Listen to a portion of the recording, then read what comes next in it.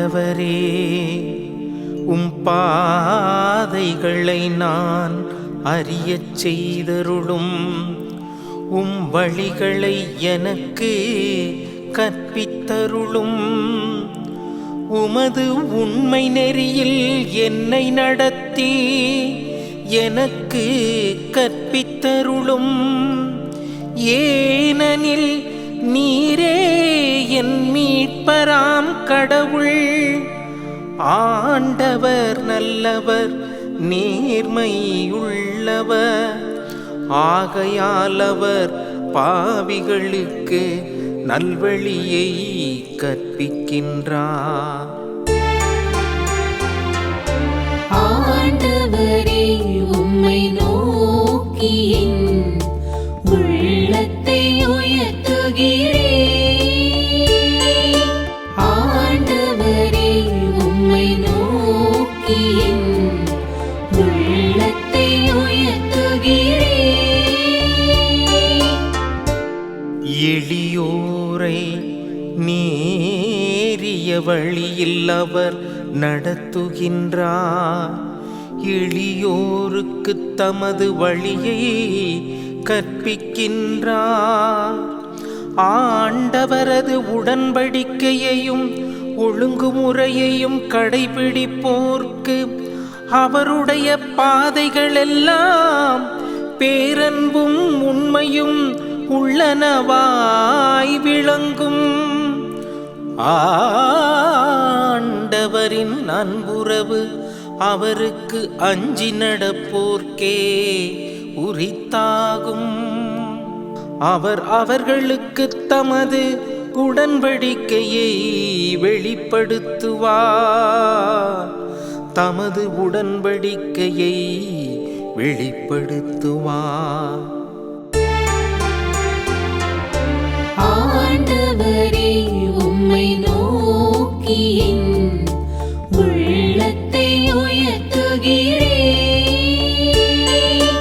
ஆண்டவரே, உம்மை நோக்கி என் உள்ளத்தை உயர்த்துகிறேன்.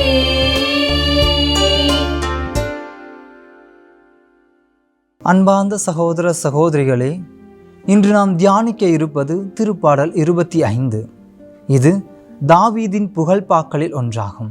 இதில் தாவீது இறைவனிடம் தம்மை வழிகாட்டி பாதுகாக்கும்படி வேண்டுகின்றார். தம்முடைய வாழ்வில் இறைவனின் வழிகாட்டுதலை தேடி அவரது வழியில் நடத்தப்பட வேண்டும் என்ற தம் பெரும் ஆவலை தாழ்மையுடன் இத்திருப்பாடலில் அவர் வெளிப்படுத்துகின்றார். இத்திருப்பாடலை நாம் ஆழமாக கவனிக்கும் பொழுது இறைவனின் வழியில் நாம் நடக்க தாழ்மையான மனதுடன் அவரிடம் இறைஞ்ச வேண்டும் என்ற அழைப்பை முன்வைக்கின்றது. இன்றைய திருப்பாடலின் முதல் பகுதி இறைவனின் வழிகாட்டல் நம் வாழ்வின் தேவை என்னும் கருத்தை முன்வைக்கின்றது. ஆண்டவரே, உம் பாதைகளை நான் அறிய செய்தருளும். உம் வழிகளை எனக்கு கற்பித்தருளும். உமது உண்மை நெறியை என்னில் நடத்தி எனக்கு கற்பித்தருளும். ஏனெனில் நீரே என் மீட்பராம் கடவுள். இதன் மூலம் தாவீது இறைவனை தம் நம்பிக்கையாக கொண்டு அவரது வழியில் நடக்க வேண்டும் என்று விரும்புகின்றார். நம்முடைய அன்றாட வாழ்வில் நாம் எடுக்கும் முடிவுகளால் நாம் எப்படிப்பட்ட வழியில் நடக்கின்றோம் என்று சிந்திக்க வேண்டும். இயேசு தன்னுடைய சீடர்களுக்கு சொன்னது போல, நானே வழியும் உண்மையும் மற்றும் வாழ்வுமாய் இருக்கின்றேன். இறைவனின் விழுமியங்களில் நாம் நடப்பதற்கு அவர் நம்மை அழைக்கின்றார் என்பதை இந்த வார்த்தைகளால் உணர்ந்து கொள்ள முடியும். இந்த திருப்பாடலில் இரண்டாவது பகுதி நன்மையும் நீதியும் நிறைந்த ஆண்டவர் எனும் கருத்தை வைக்கின்றது. ஆண்டவர் நல்லவர், நேர்மையுள்ளவர். ஆகையால் அவர் பாவிகளை நல்வழி கற்பிக்கின்றார். எளியோரை நேரிய வழியில் அவர் நடத்துகின்றார். எளியோருக்கு தமது வழியை கற்பிக்கின்றார். இங்கே நாம் இறைவன் தம்முடைய நன்மைத்தனத்தாலும் நேர்மையினாலும் பாவிகளுக்கு வழி காட்டுகின்றார். நாம் நம் வாழ்க்கையில் பல்வேறு சந்தர்ப்பங்களில் தவறுகள் பல செய்கின்றோம். ஆனால் நாம் மீண்டும் இறைவனிடம் வரும்பொழுது அவர் இருகரம் விரித்தவராய் நம்மை திருத்தவும் வழி நடத்தவும் தயாராக இருக்கிறார் என்பதை இந்த இரண்டாம் பகுதி எடுத்துரைக்கின்றது. இறைவனின் பேரன்பும் உண்மை நிறைந்த பாதையும் என்னும் கருத்தை இந்த 3ஆம் பகுதி வைக்கின்றது. ஆண்டவரது உடன்படிக்கையையும் ஒழுங்குமுறைகளையும் கடைப்பிடிப்போருக்கு அவருடைய பாதைகள் எல்லாம் பேரன்பும் உண்மையும் உள்ளவனாய் விளங்கும். இவ்வார்த்தைகளில் ஆண்டவரின் இரக்கத்தையும் நீதியையும் முழுமையாக நமக்கு எடுத்துரைக்கின்றது. இறைவனின் வழியில் நடப்பதில் உள்ள ஆனந்தத்தை பற்றி எடுத்துரைக்கின்றது. நாம் இறைவனுக்கு அஞ்சி அவரது கட்டளைகளை கடைபிடிக்கும் பொழுது அவரது உண்மையான அன்பை பெறுவோம் என்று இவ்வார்த்தை கூறுகின்றது. இறைவனின் வழியில் நடந்தால் நமக்கு கிடைக்கும் ஆசீர் அனைத்திற்கும் மேலாக இருக்கும் என்றும் மற்றும் நமது எதிர்பார்ப்புகள் அனைத்தையும் நிறைவேற்றும் என்றும் கூறுகின்றது.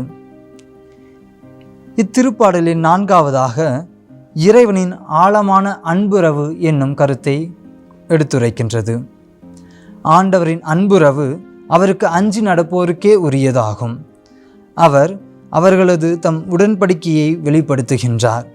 இங்கே நாம் இறைவனுடன் உள்ள ஆழமான அன்புறவை உணரலாம். அவருடன் இருக்கும் நம் உறவு ஆழம் அவருடைய உடன்படிக்கையின் வாயிலாக வெளிப்படுத்தப்படுகின்றது. இவ்வுலகில் எந்த உறவும் அளிக்க முடியாத அன்பையும் அமைதியையும் ஆசீர்வாதத்தையும் அவருடைய நட்பினால் நாம் பெறுகின்றோம். இன்றைய திருப்பாடல் வழியாக நாம் கற்றுக்கொள்ள வேண்டியது என்ன? இன்றைய திருப்பாடல் நமக்கு நேர்மை, தாழ்மை, பக்தியுறவு ஆகியவற்றை எடுத்துச் சொல்லும் அழைப்பாக இருக்கின்றது மற்றும் இறைவனின் ஆழமான அன்பையும் இரக்கத்தையும் வெளிப்படுத்துகின்றது. இறைவன் நமக்கு வழிகாட்டும் போது அவரின் அருளும் நீதியும் நம்மை தொடரும். நாம் இறைவனிடம் சென்று அவர் நமக்கு காட்டும் வழியில் நடக்கும் பொழுது அவரிடமிருந்து ஆசீர்வாதத்தை நம்மில் உணர முடியும் என்பதை உணர்ந்தவர்களாய் கண்களை மூடி ஜெபிப்போம். இரக்கம் நிறைந்த ஆண்டவரே, உம்மை முழுமையாக அறிந்து நடைபோட எனக்கு மன தைரியத்தை தர நான் தாழ்மையுடன் உம்மிடம் வேண்டுகின்றேன். என் வழிகளை உமது விழுமியங்கள் மூலம் ஆழமாகவும் நடத்திட நீதியின் பாதையில் என்னை நடத்துவீராக. எனக்கு அமைதியை வழங்கி உமது அடியாராக வாழ எனக்கு உதவி செய்யும். ஆண்டவரே, உன் மீது என் முழு நம்பிக்கையை வைக்கின்றேன். ஆமேன்.